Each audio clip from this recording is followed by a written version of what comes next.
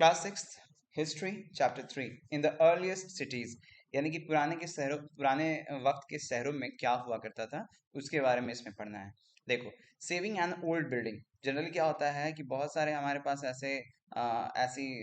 हर शहर में लगभग लगभग कोई ना कोई पुरानी बिल्डिंग होती है।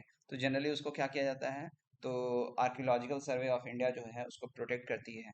तो किस तरह से प्रोटेक्ट करती है, उसके लिए बहुत सारा प्रोसीजर वो लोग फॉलो करते हैं। ठीक है, अभी इनकी बात नहीं करते हैं, अभी हम लोग सिंपली इस पैराग्राफ को पढ़ते हैं। देखो, कह रहा है Jaspal and Harpreet were playing cricket in the lane outside their home when they notice the people who were admiring the dilapidated old building that the children called the haunted house।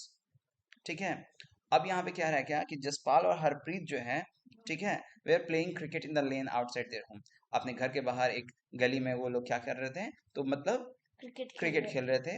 When they notice the people, जब उन्होंने notice किया, who way are admiring the dilapidated old building, है ना।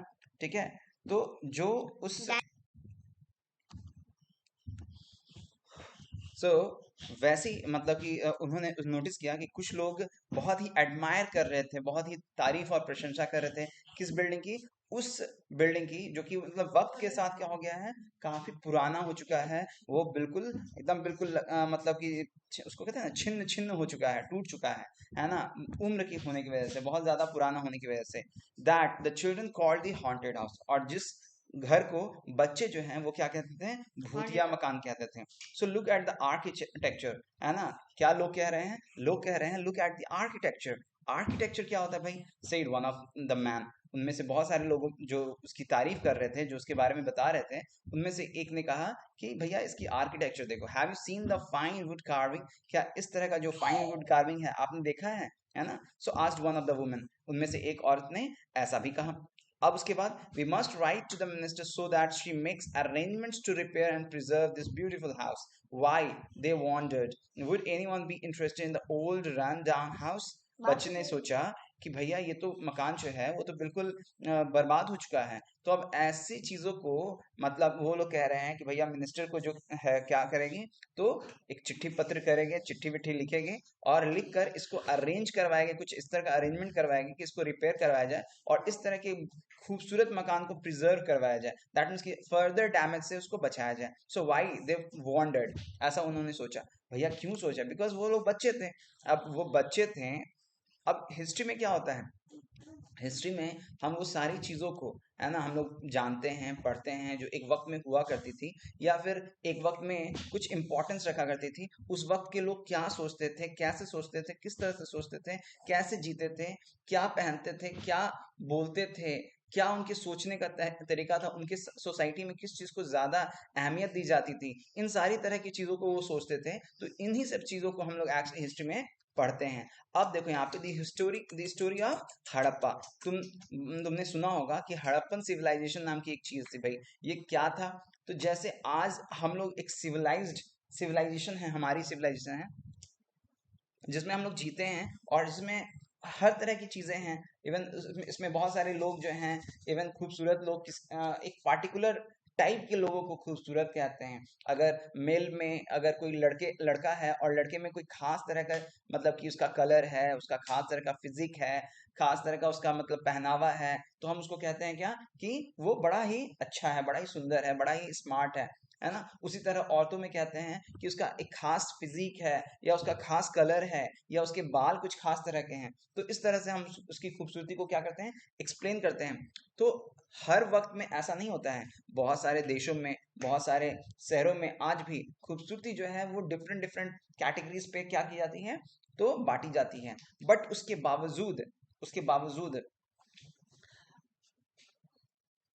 ये कहीं ना कहीं हम अभी अभी के देश में लगभग एक पूरा जो वर्ल्ड है वो क्या हो गया है, ग्लोबली कनेक्ट हो गया है। तो ऑलमोस्ट हम लोग सबका जो सोच है बहुत हद तक सिमिलर होता जा रहा है because of the connectivity. But जब ऐसा कनेक्टिविटी नहीं था, तो उस वक्त में क्या होते थे कि यहाँ के लोग का जो कॉन्सेप्शन था वो कुछ और था। इवन यहाँ से 100-200 किलोमीटर, 400 किलोमीटर के लोगों का कंसेप्शन कुछ और था। तो इन सब चीजों के बारे में वहां पे क्या था, तो वेरिएशंस था। अब इन सारे वेरिएशंस को समझना, सीखना, पढ़ना, जानना, ये बहुत इंपॉर्टेंट बात है। और ये सारी चीज़ों को है ना के बारे में हम लोग सीखते हैं हिस्ट्री में कि भाई पहले के वक्त में जो यहाँ के लोग थे, मतलब मान लो कि जस्ट इंडिया के लोग थे, उनका जो सिविलाइजेशन था वो क्या था, वो कैसे सोचते थे, वो कैसे जीते थे। अब अमेरिकन जो थे उस वक्त में वो कैसे जीते थे, अब उस वक्त में यूरोपियंस थे वो कैसे जीते थे। अब जाहिर सी बात है ये सारी जगहें मोर और लेस रही होंगी। अब जब ये रही होंगी तो उस वक्त और इस वक्त में क्या चेंजेस हैं, ये सारी चीजों को हम लोग इस वक्त में सीख सकते हैं, जिसको हम लोग कहते हैं हिस्ट्री। अब देखो the story of Harappa. Harappa के बारे में जानते हैं। Very often old buildings have a story to tell. Generally कोई भी मकान होता है, अब जैसे छोड़ दो पुरानी पुरानी मकानों के बारे में, आपकी खुद की जो मकान है उसके बारे में हम लोग कहते हैं ये मेरे दादाजी ने है ना 1994 में बनवाया था। कब बनाया था? 1994 में। तो भैया कितनी पुरानी, तो आज है 2023 है ना 2023। अब 1994 में अगर बनवाया था उन्होंने तो 29 years old है। 29 ईयर्स ओल्ड है। अब जब हम 29 ईयर्स ओल्ड बिल्डिंग की अपनी स्टोरी है इतनी सारी कि उन्होंने बनवाया, इतना खर्चा किया, मिस्त्री को इतना दिया, उसके बाद उनको ये अच्छा लगा तो उसमें उन्होंने ये ऐड करवाया, ये हटवाया, फिर उसके बाद इतने रेंटर आए, ये हुआ वो हुआ, सारी बातों को हम लोग बता सकते हैं। तो ये हमारे छोटे से घर की कहानी है। पूरी की पूरी सिविलाइजेशन की अपनी कुछ बड़ी कहानी होगी। So very often old buildings have a story to tell. Nearly 150 years old, है ना, मतलब 150 साल पुरानी। when railway lines were being laid down for the first time in Punjab में जब पहली बार 150 साल पहले जब रेलवे लाइंस बिछाई जाने वाली थी, इंजीनियर्स सब stumbled upon the site of Harappa in the present day Pakistan. आज के पाकिस्तान में, आज के पाकिस्तान में वो हड़प्पा जो जगह है, जो आप यहाँ हमेशा सुनते आए हैं हड़प्पा सिविलाइजेशन, ये हड़प्पा जो है वो कहाँ पे सबसे पहले फाइंड आउट हुआ, तो वो आज के पाकिस्तान में इंजीनियर लोग वहाँ के पंजाब में जब रेलवे लाइन बिछा रहे थे तो उन्होंने फाइंड आउट किया था। To them it seemed like a mound, है ना, उनके लिए ये क्या किसकी तरह था, एक माउंट की तरह था। That was a rich source of ready made high quality bricks, है ना, ठीक है। सो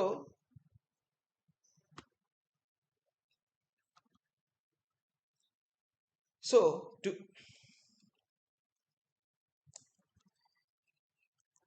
to them it seemed like a mound that was a rich source of ready made high quality bricks। उनके लिए वो कुछ और नया बात नहीं रहा, उनके लिए बस इतना रहा कि एक मतलब ईंटों का एक ढेर है जो कि ऑलरेडी रेडीमेड बना हुआ है, भैया आप इसको उठाओ और इस्तेमाल करो। So they carried off thousands of bricks from the walls of the old buildings of the city to built railway lines। so वो सिंपली रेलवे लाइंस बनाने के लिए उनमें से ईंटों को उठाते गए और अपने रेलवे लाइंस में लगाते गए।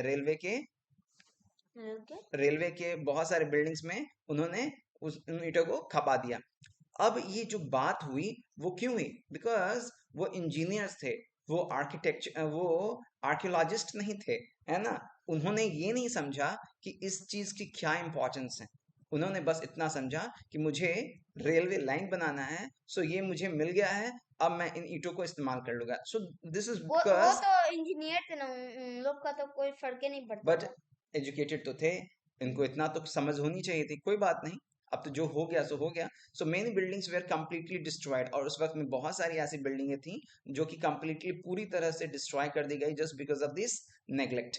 अब देखो देन अबाउट 80 years ago, तब आज से यानी कि 150 years पहले की बात है, तब यानी 70 सालों तक वैसे ही चलता रहा। Then about 80 years ago archaeologist found the site.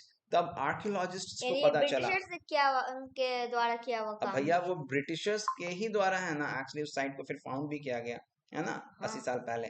Then about 80 years ago archaeologists found the site and realized that this was one of the oldest cities in the subcontinent।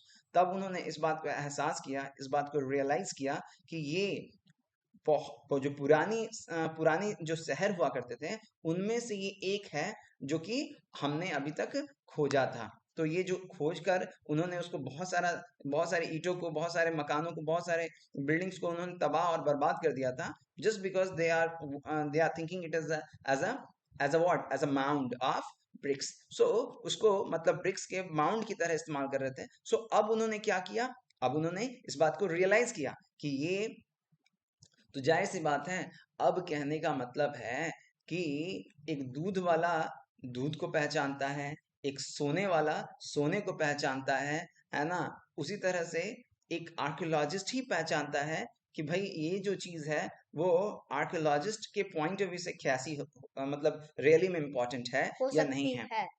हो सकती है या फिर नहीं हो सकती है, ठीक है। Hmm, so as this was the first city to be discovered, all other sites from where similar buildings and other things were found were described as Harappan. अब उस तरह की बिल्डिंग जहां भी आसपास ढूंढी गई मिली, उन सबको हड़प्पन सिविलाइजेशंस के नाम से जाना गया। These cities developed about 4700 years ago। यानी कि अगर 2023 अभी चल रहा है, तो अभी से ये यानी कि कितने साल पहले, 4700 साल पहले, यानी कि अगर इसमें से माइनस कर दो तो 2023 यानी 2677 अभी क्या चल रहा है, एडी या बीसी? एडी। एडी चल रहा है, यानी 2677 बीसी की बात हो रही है। उस वक्त का ये सिविलाइजेशन था। यानी आज से 4700, अगर मान लो कि अगर एक इंसान का जो एवरेज लाइफ है वो 70 इयर्स है, तो डिवाइड कर दो, उतने सारे लोग इस दुनिया में से गुजर गए, तब जाकर है ना उसके पहले, तब जाके हम लोग आ जाए हैं, उसके पहले का सिविलाइजेशन है। ऑब्वियसली जानने की बात है, जरूरी बात है कि भाई उस वक्त के लोग आखिर जीते कैसे थे, क्या कुछ ऐसी बातें थी जो आज हम लोग यूज कर सकते हैं? बिकॉज जो समझदार वही है जो पुरानी चीजों से बहुत कुछ सीखे और जाने और उसका इस्तेमाल कर सके। तो जब कभी भी हम ऐसा करते हैं तो हम अपने आप को बेहतर कर रहे हैं। हिस्ट्री का सबसे बड़ा जो यूज है वो यही है कि पुरानी चीजों से सीखें और उसको आज के डेट में उसका यूज करें, इफ इट इज यूजफुल। अगर वो यूजफुल है तो आज यूजफुल उसको यूज करेंगे। अगर कोई गलती हमने पास्ट में की है तो उससे भी सीखे और समझे कि it should not be repeated, उस गलती को रिपीट नहीं करना है। मान लो कि तुमने रोड चलते हुए एक लड़के को लात मार दिया, उसने 2 थप्पड़ तुम्हें जड़ दिया, ठीक है, उसने तुम्हें 2 थप्पड़ मारा, क्यों? क्योंकि तुमने उसको लात मारा था। अब चूंकि तुमने उसे लात मारा, तुम्हें 2 थप्पड़ मिल गया, तो तुम्हें पता है ना कि किसी को लात मारोगे तो क्या मिलेगा? 2 थप्पड़, मे बी की just may be more than that. तो अब अगली बार से तुम्हें क्या सीखना चाहिए? कि वैसे नहीं करें, वैसा काम ना नहीं करें। करें। अब देखिए, तो इन सब चीजों को, इससे हम बहुत सारी मतलब अच्छी बातें भी सीखते हैं, बहुत सारी बुरी चीजों को भी समझते हैं कि जस्ट ऐसी चीजें नहीं करनी चाहिए, और ये भी समझते हैं कि कौन सी चीज करनी चाहिए। So very often old buildings are pulled down to make way for new constructions. कभी कभार ऐसा होता है कि पुरानी बिल्डिंग्स को तोड़ा जाता है उस पर नया कंस्ट्रक्शन बनाने के लिए। Do you think it is important to preserve old buildings? क्या ये इम्पोर्टेंट है? इट इज इम्पोर्टेंट नहीं टू नहीं, समझ में नहीं आया भैया, क्या कह रहा है? Very often old buildings are pulled down to make way for new constructions. Pull down, मतलब क्या लिखा था? सो ये जो है कह रहा है क्या कि very often old buildings are pulled down to make way for new constructions. मान लो कि अगर कोई नया कंस्ट्रक्शन बनाना है तो हम लोग वहां पुरानी बिल्डिंग्स को तोड़ देते हैं। हाँ। भैया ऐसा तो होता है, बहुत सारे टाइम में ऐसा होता है। So do you think it is important? क्या आपको लगता है कि ये इम्पोर्टेंट है to preserve old buildings? Yes, no.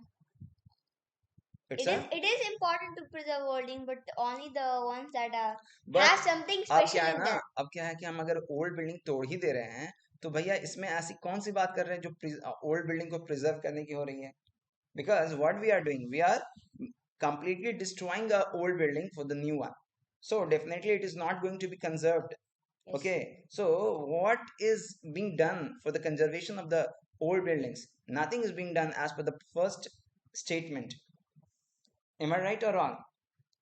अगर कुछ पढ़ रहे हो तो उसको समझो, it's very important, it's very very important. आप एक एक लाइन पढ़िए और एक लाइन पढ़ने के बाद आप उसको सोचो, बिकॉज अगर आप सोचते नहीं हो तो आप सीखते नहीं हो, और अगर आप सीखते नहीं हो, इसमें लिखा हुआ है कि नाम ज्यादातर टाइम पे जो पुराने बिल्डिंग्स होते हैं उनको तोड़ा जाता है नया बिल्डिंग या फिर कंस्ट्रक्शन के लिए। हाँ, तो उसके ऊपर मैं कह रहा हूँ क्या आपको लगता है कि ये इम्पोर्टेंट है?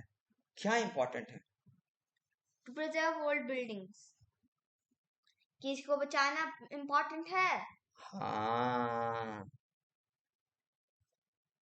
ओ, ओल्ड बिल्डिंग्स को, अच्छा ना, अभी हमको समझ में आया। Thank you, thank you, thank you, thank you. तब अपना सेंटेंस खत्म कर लेने दीजिए। हम समझ गए आपकी आपकी भावना हमारे बट इट दिल इज दिमाग ओनली आपकी भावना हमारे दिलो दिमाग में एकदम बिल्कुल साक्षात प्रकट हो चुकी है ना? मेरा सुन लीजिए। हम आपको नहीं, हम आपको समझाते हैं। आप यही अरे कहना इसका चाह रहे हैं? जवाब अरे इसका हम आपको समझाना चाहते हैं। Let me complete the sentence first. हाँ, okay, I will definitely ask this questions from you. So ये कह रहा है कि अक्सर है ऐसा होता है कि ओल्ड बिल्डिंग्स तोड़ दिया जाता है। अब ये जो सवाल है, उस सवाल का मतलब ये है कि क्या लगता है आपको, है ना, कि ओल्ड बिल्डिंग्स को प्रिजर्व करना जरूरी है कि नहीं? ऐसा होता है, पर हम ये इंडिपेंडेंट क्वेश्चंस है, इससे पिछले स्टेटमेंट का कोई लेना देना नहीं है। ये सिंपली ये पूछ रहा है कि क्या ओल्ड बिल्डिंग्स को प्रिजर्व करना सही है या नहीं है। तो हाँ, आप बताइए। हाँ, पर सारे बिल्डिंग्स को ओल्ड बिल्डिंग्स को प्रिजर्व करना पॉसिबल नहीं होगा। तो जो जो भी इम्पोर्टेंट बिल्डिंग्स हो गया ना, जैसे हड़प्पन साइट्स में जैसे मिला था, उस तरीके का बचाने का। और उसी साइड पे जैसे बहुत सारे हड़प्पन सिटीज को क्या हुआ ना, हम लोग के सिटीज का हाल हो गया। कचरा इधर फेंका हुआ है, जो ड्रेनिंग सिस्टम जो टूटा हुआ है, तो उस तरीके का तोड़ने में दिक्कत नहीं है। यानी कि आपका मत है, आपका ओपिनियन है कि कुछ चीजों को हम तोड़ सकते हैं, कुछ चीजों को हम नहीं तोड़ सकते। It depends upon the person. No, it should not be, it should not depend upon the person. It should be depend, it should, there should be a decision being made by the people who are somewhat competent, है ना? अब जो archaeologist का कुछ group होना चाहिए, कुछ वैसे लोग होने चाहिए जो कि जस्ट, है ना, सिविलाइजेशंस के बारे में, जो मतलब मिनिस्टर्स नहीं, जो कि मतलब जस्ट स्कॉलर्स होने चाहिए, जो कि इस बात पर, है ना, डिसीजन ले सकें। उनके द्वारा इस बात को, है ना, डिसाइड करना चाहिए कि क्यों, आखिर ऐसा क्यों होना चाहिए। बात तो सही है, मैं यही बोला था, है ना? So what was special about these cities? ऐसी क्या खास बात थी इन शहरों में? So many of these cities, that's जहाँ very तक मैं good. जानता Many of these cities were divided into 2 or more parts. बहुत सारे जो शहरें थी ये इस वक्त की, वो 2 या 2 से अधिक पार्ट्स में डिवाइड की हुई थी। अब ये 2 या 2 से अधिक पार्ट्स में डिवाइड क्यों की हुई थी, उसको आगे देखेंगे। Usually the part to the west was smaller but higher, है ना? जो वेस्ट में जो पार्ट होता था, वेस्ट में, अब जाहिर सी बात है, कहीं भी होगा, किसी भी जगह, किसी भी तरफ का। तो अब जैसे कि इस कंप्यूटर स्क्रीन का ही देख लो। अब इस कंप्यूटर स्क्रीन में एक पार्ट जो होगा आपका नॉर्थ का है, दूसरा अपोजिट पार्ट, जो हाफ पार्ट अगर नॉर्थ का है तो हाफ पार्ट आपका साउथ का है। अगर हाफ पार्ट ईस्ट का है तो हाफ पार्ट वेस्ट का है।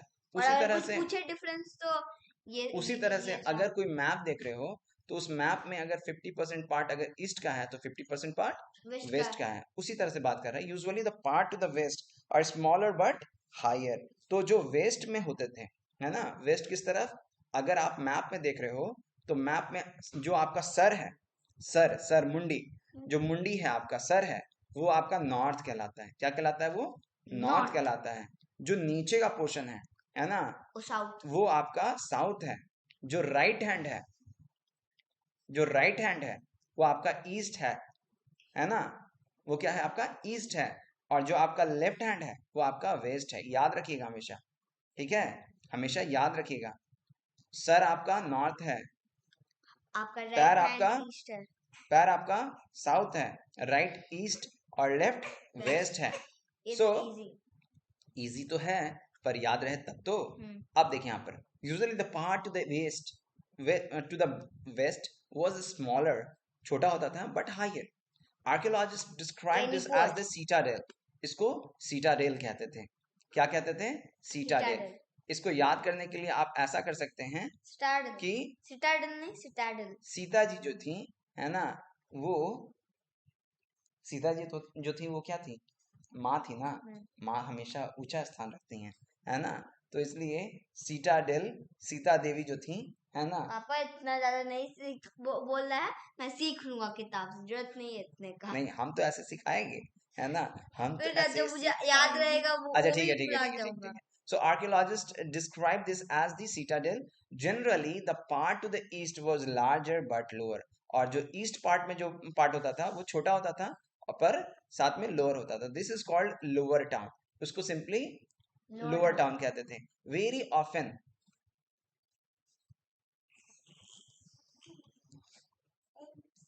अब देखिए यहाँ पे, so this is called the lower town. Very often walls of baked bricks were built around each part, है ना, मतलब कि दीवार बनाए गए होते थे.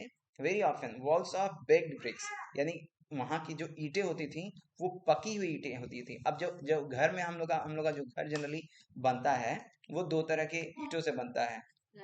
दो तरह के क्या, हम तो अभी तक जो देखे हैं, है ना, क्योंकि हम कोई सिविल इंजीनियर है नहीं, तो हमारे जो घर बने हुए हैं वो मिट्टी के पके हुए ईंटों से बना हुआ है. मिट्टी के पके हुए ईंटों से बना हुआ है. ईंट के भट्टे होते हैं. ईंट के भट्टे कैसे होते हैं, तो ईंट का एक फ्रेम, मतलब कि एक्चुअली लोगों के पास फ्रेम होता है, उस फ्रेम में मिट्टी डालते हैं, मिट्टी डाल के उसको फिर उस मिट्टी को बाहर निकालते हैं. वो एक एक ब्रिक के शेप में निकलता है. उसको धूप में फिर सुखाया जाता है. थोड़े सूखने के बाद फिर उसको भट्टी में डालकर उसको बिल्कुल, है ना, एकदम रॉक सॉलिड कर दिया जाता है. और तब उन ईंटों को बेचा जाता है. जब वो ईंटें बिकते हैं, है ना, जब वो ईंटें बिकते हैं तो क्या होता है, बिकने के बाद वो होम्स या फिर ऐसे कोई कंस्ट्रक्शन में यूज होता है. हाँ, और फिर उससे घर बनाए जाते हैं. तो उस वक्त के लोग भी, है ना, कैसे, तो बेक्ड ब्रिक्स का इस्तेमाल करते थे. Were built around each part. और पर ज्यादा अच्छा है. जो चाहे वो आपका वेस्ट पार्ट हो या ईस्ट पार्ट हो, उसके चारों तरफ इन ईंटों का इस्तेमाल होता था. The bricks were so well baked, वो इतने अच्छे ढंग से बेक किए गए होते थे, that they have lasted for thousands of year, यानी कि बहुत ही अच्छे तरीके से बेक किए हुए होते थे. ऐसा नहीं कि वो बस जैसे तैसे कर दिया गया. Because the people use to think about the quality. इससे एक बात तो समझ में आती है कि पहले के लोग क्वालिटी को ज्यादा प्रायोरिटी देते थे. ये चैप्टर के आगे में भी दिखाएगा. अभी ये देखो, ज्यादा इम्पोर्टेंट है द इन लोग ब्रिक्स के लिए. Were laid in an interlocking pattern. और जो ईंटों को डाला जाता था वो ऐसे डाला जाता था कि वो एक इंटरलॉकिंग पैटर्न में हो. मतलब इंटरलॉकिंग ये पैटर्न मतलब एक होता है, दूसरे में से लॉक हो जाए फिर. हाँ, जैसे आज भी जो हम लोग ईंटों को डालते हैं, है ना, वो इंटरलॉक्ड तरीके से ही डालते हैं. इंटरलॉक कहने का मतलब कि ईंटें जो कुछ इस तरह से रखी हुई होती है कि एक ईंटा है और दूसरा ईंटा है ना, उन दोनों के बीच में, उन दोनों के बीच में क्या होगा, तो उन दोनों के बीच में, है ना, बिल्कुल ऐसा नहीं कि जस्ट एक के ऊपर दूसरा, दूसरे के ऊपर तीसरा, रखा तो जाता है वैसे ही, पर थोड़ा आगे पीछे, है ना. तो इस तरह का कि ऐसा ना हो कि जस्ट, है ना, मतलब आसानी से गिर जाए या आसानी से वो मतलब कि, है ना, जस्ट टूट जाए. वो अच्छे से एक दूसरे से बंधे हुए हो. That is called interlock. और हाँ, इसलिए कोई भी अगर पुराने बिल्डिंग को देखेगा ना तो सीमेंट नहीं दिखेगा. ऐसा नहीं है, आपको अगर नहीं दिख रहा है तो अलग बात है. सीमेंट वगैरह का भी यूज होता होगा. सीमेंट नहीं यूज होता होगा तो फिर कुछ और यूज होता होगा. अब देख लेते हैं, जो भी कुछ है सब यहाँ बताएगा. And that made the wall strong. और इंटरलॉकिंग पैटर्न होता था जिससे दीवार जो होती थी वो काफी मजबूत होती थी. In some cities special buildings were constructed on the citadel.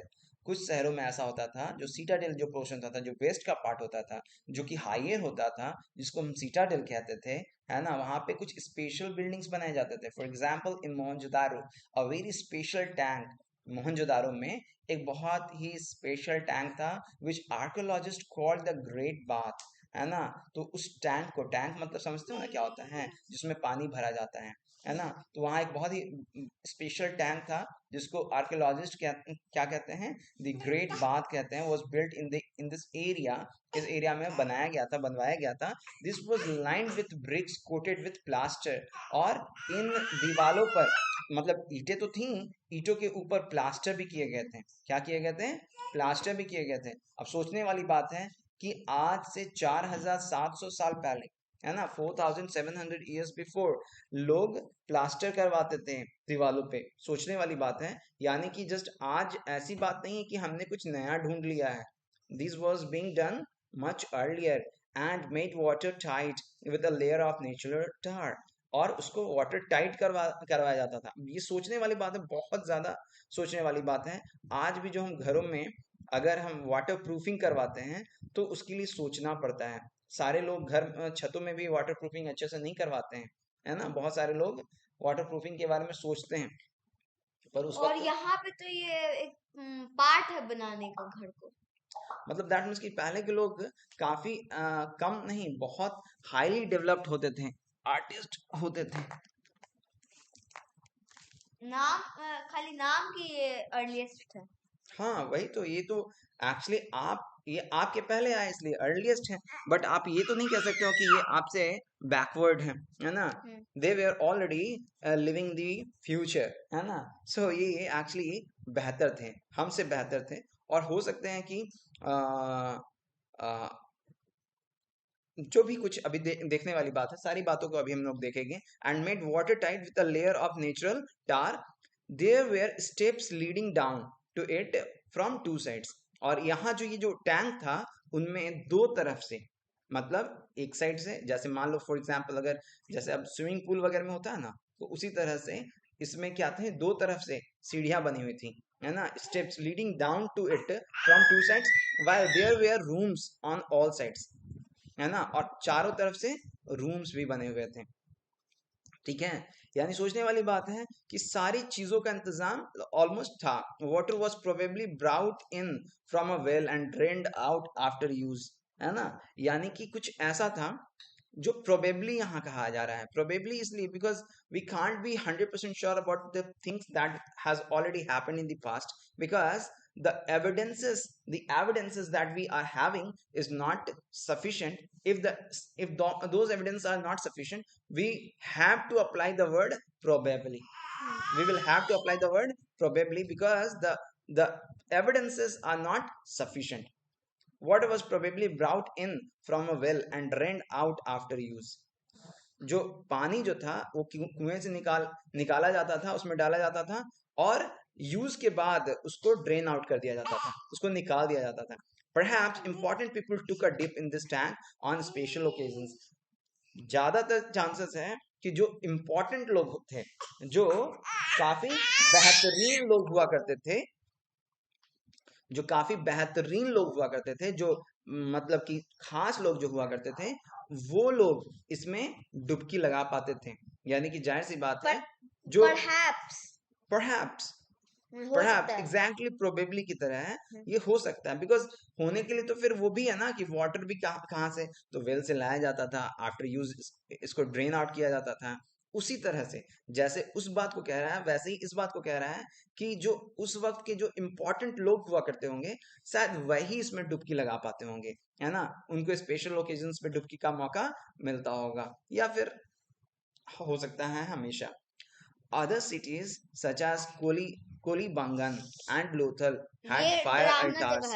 ड्रामना जगह है, सैक्रिफाइसेस होते हैं, देख लो हाँ, देख लो।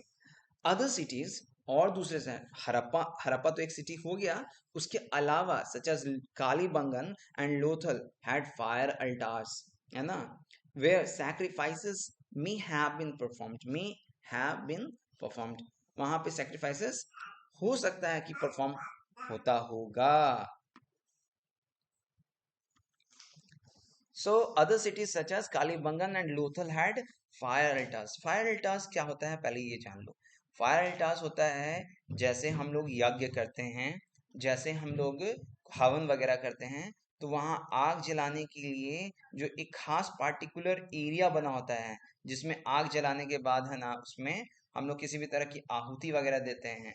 आहुति मतलब सैक्रिफाइस करते हैं, वेयर सैक्रिफाइसेस में हैव बीन परफॉर्म्ड। और ऐसा माना जाता है कि जहां पर कालीबंगन और लोथल की जो जगह थी, जहां पे फायर अल्टार्स थे, वहां पे आग जलते होंगे और आग में सैक्रिफाइस दिया जाता होगा। And some cities like Mohenjodaro, Harappa and Lothal had elaborated store house, है ना। मतलब उस वक्त के इन शहरों में स्टोर हाउसेस भी थे, स्टोर हाउसेस क्या होता है? सो उस वक्त क्या होता था भैया? तो उस वक्त जो मोहनजोदारो और हड़प्पा और लोथल में बहुत ही इलाबोरेटेड स्टोर हाउसेस पाए गए, यानी कि बहुत ही ज्यादा एडवांस लेवल के, बहुत ही ज्यादा परफेक्शन के साथ मतलब बने हुए स्टोर हाउसेस थे। ठीक है, तो ये सारी चीजें पाई गई। अब देखिए यहाँ पे कुछ खास लिखा हुआ है, देवांश देख लो यहाँ पे। These cities were found in Punjab and Sindh in Pakistan. ये जो शहरें पाई गई, मोहनजोदारो हो गया, हड़प्पा हो गया, लोथल हो गया, कालीबंगन हो गया, ये सारी चीजें वो पंजाब और सिंध में पाई गई पाकिस्तान में, and in Gujarat, Rajasthan, Haryana and Punjab in India. और इंडिया में पंजाब एंड सिंध इन पाकिस्तान, पाकिस्तान में भी पंजाब है और सिंध है, दो जगह हैं वहां पर। वहां भी एक पंजाब है, इंडिया में तो पंजाब है ही, वहां भी एक पंजाब है। So these cities were found in Punjab and Sindh in Pakistan. Pakistan के दो शहरों में, पंजाब और सिंध में, पंजाब सिंध गुजरात मराठा है ना, तो पंजाब सिंध में, and in Gujarat, Rajasthan, Haryana and Punjab in India. और इंडिया में भी पंजाब वाले, ये चार जगह कहाँ कहाँ? गुजरात, राजस्थान, हरियाणा और पंजाब में। ठीक है, so archaeologists have found a set of unique objects. Archaeologist जो थे है ना, उन्हें क्या मिला? A set of unique objects. उन्हें मिला बहुत सारी अलग अलग तरह की चीजें मिली। अब ऐसी चीजें जो आप यूज ना करते हो और आपको मिले, पर वो कुछ किसी तरह की चीज हो, तो आपके लिए वो क्या होगी? यूनिक होगी। क्या होगी? यूनिक होगी। तो ऐसी चीजें मिली in almost all these cities, इन सारे शहरों में मिली। So red pottery painted with designs in black, मतलब लाल रंग के बर्तन मिले जिनपे ब्लैक कलर का डिजाइन किया हुआ था। स्टोन्स वेट्स, स्टोन पत्थर के क्या बटखरे थे। बटखरे किसको कहते हैं? जैसे वेट्स को, है ना। आजकल तो इलेक्ट्रॉनिक वेटिंग मशीन आ गया है ना, पर पहले ऐसा नहीं हुआ करता था। पहले वेट्स होते थे, सील्स, है ना। उस वक्त सील हुआ करता था, जैसे कि अभी अगर पेपर पे कुछ लिख कर ऑफिस से अगर लाना है, कोई सर्टिफिकेट बनाते हो, तो उस पर जनरली क्या होता है? ऑफिस का सील होता है। ये आज भी होता है। स्पेशल बीड्स, है ना, अलग तरह के मोती वगैरह, कॉपर टूल्स, कुछ कॉपर टूल्स मिले, and paralleled sided long stone blades, है ना, मतलब स्टोन के ब्लेड्स मिले, पैरेलल साइडेड।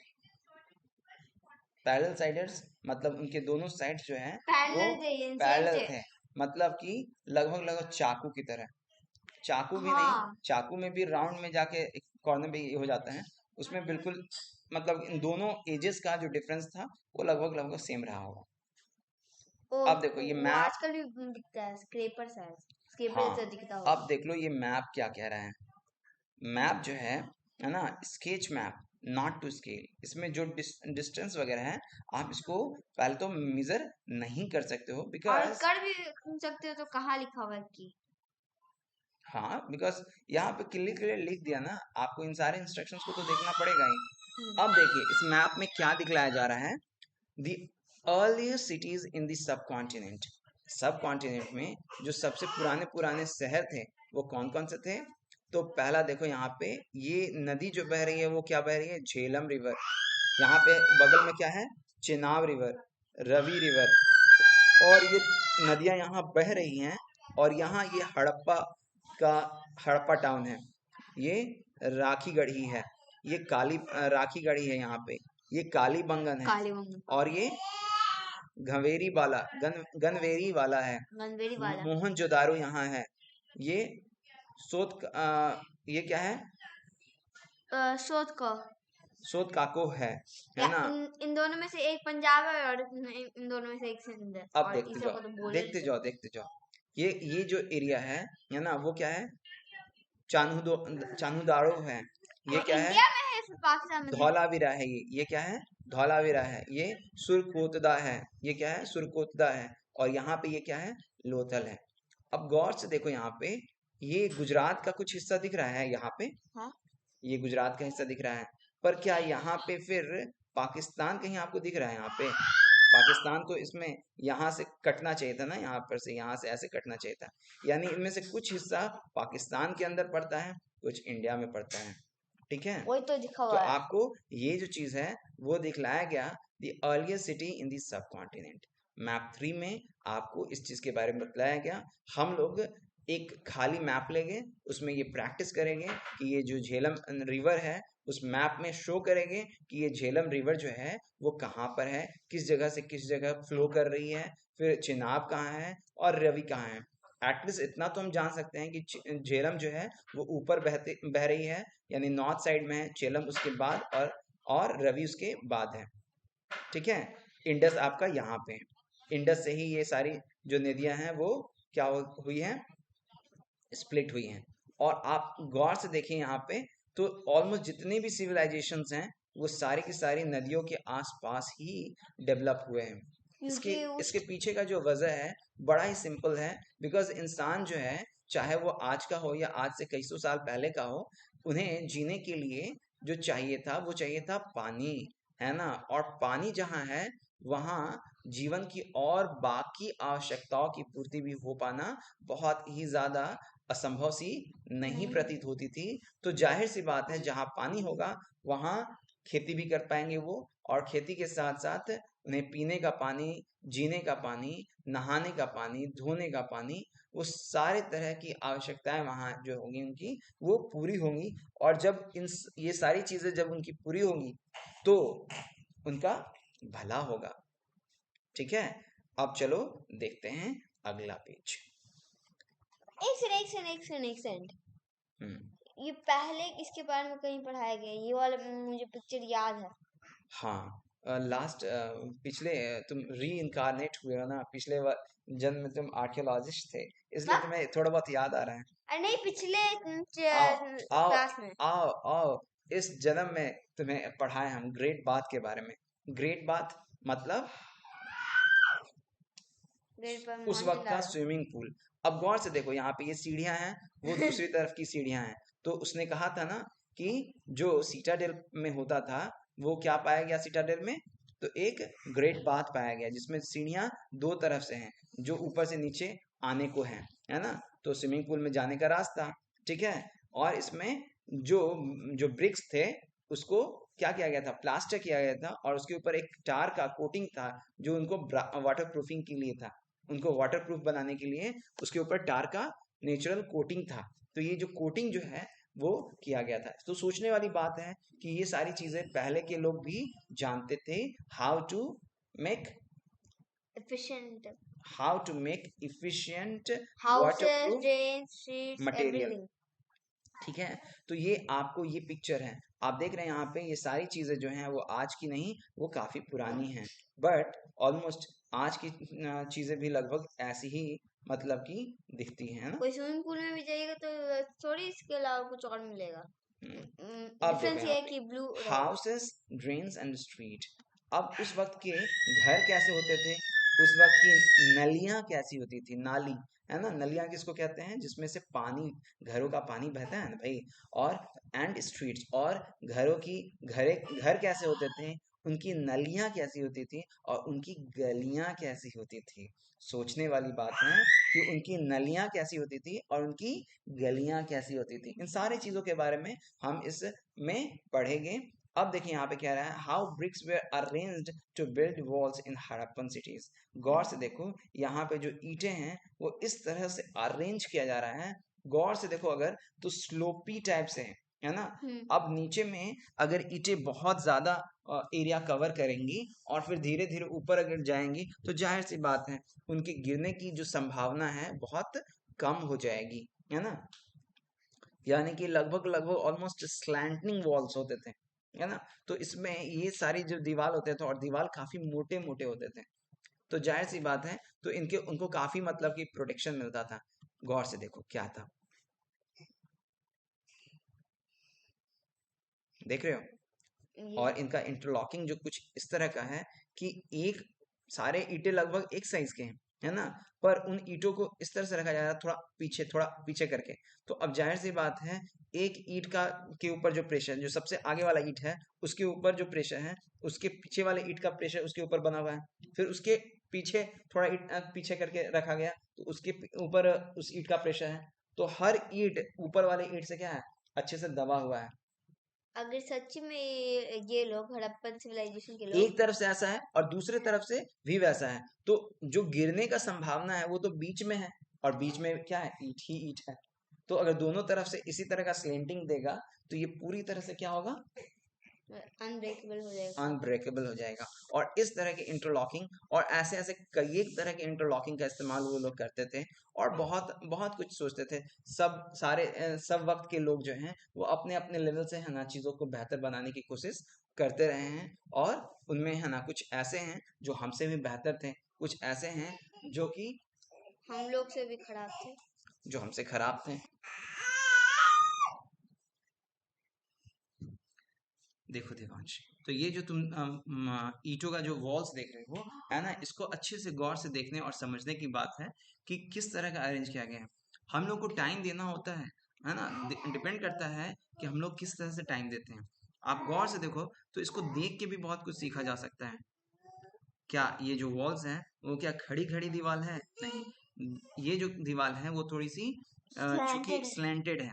अब ये जो स्लैंटेड वॉल्स हैं वो क्या बतला रही हैं, वो बतला रही हैं कि अगर इस तरह से जो ईंटें रखी हुई हैं, इन ईंटों के ऊपर दूसरी ईंटें हैं जो कि थोड़ी पीछे हैं, फिर उसके ऊपर ईंटें हैं वो भी हल्की और पीछे हैं। अब इस तरह से जब हम ईंटों को रखते हैं तो नीचे वाली ईंटों के ऊपर अच्छा खासा प्रेशर क्रिएट होता है, जो कि नीचे वाली ईंटों को निकलने नहीं देता है।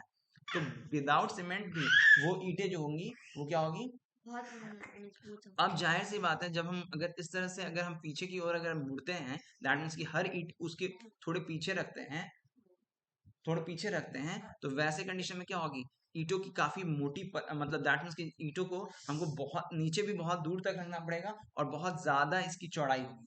तो हाँ, पहले इसकी की वजह से दीवार, ऐसे बहुत सारे वॉल्स जो हैं जो पहले के बनाए हुए हैं, बाद में अगर जब हल्का सड़ने लगेंगे ना, उसके बाद अगर दिखते हैं कि ये सीढ़ी टाइप का बन गया है। मतलब दीवारें जो होती थी वो पतली नहीं होती थी, काफी मोटी मोटी दीवारें होती थी, मोटी है मोटी। ना। अब गौर से देखो यहाँ पे, so generally houses were either 1 or 2 stories high, है ना। घर जो होती थी वो 1 या 2 तल्ले का होता था, है ना, with rooms built around a courtyard, और जिसमें आंगन होता था, है ना, जिसमें क्या होता था, आंगन होता था। राधे राधे। हाँ देखो देवांश, तो generally houses were either 1 or 2 stories high with rooms build around a courtyard, यानी आंगन होता था और आंगन के चारों ओर रूम बनाए जाते थे, और वो जो पूरा मकान होता था वो चाहे तो 1 तल्ले का या फिर 2 तल्ले का होता था। So most houses had a separate bathing area, maximum घरों में सेपरेट बाथिंग एरिया होता था जहां हम लोग नहाते हैं, जिसको बाथरूम कह सकते हैं। And some had wells to supply water, और कुछ घरों में कुएं भी थे, है ना, ताकि उनको पानी मिल सके। यानी कि लगभग लगभग आज के पुराने टाइम के घरों की जैसे ही होते थे।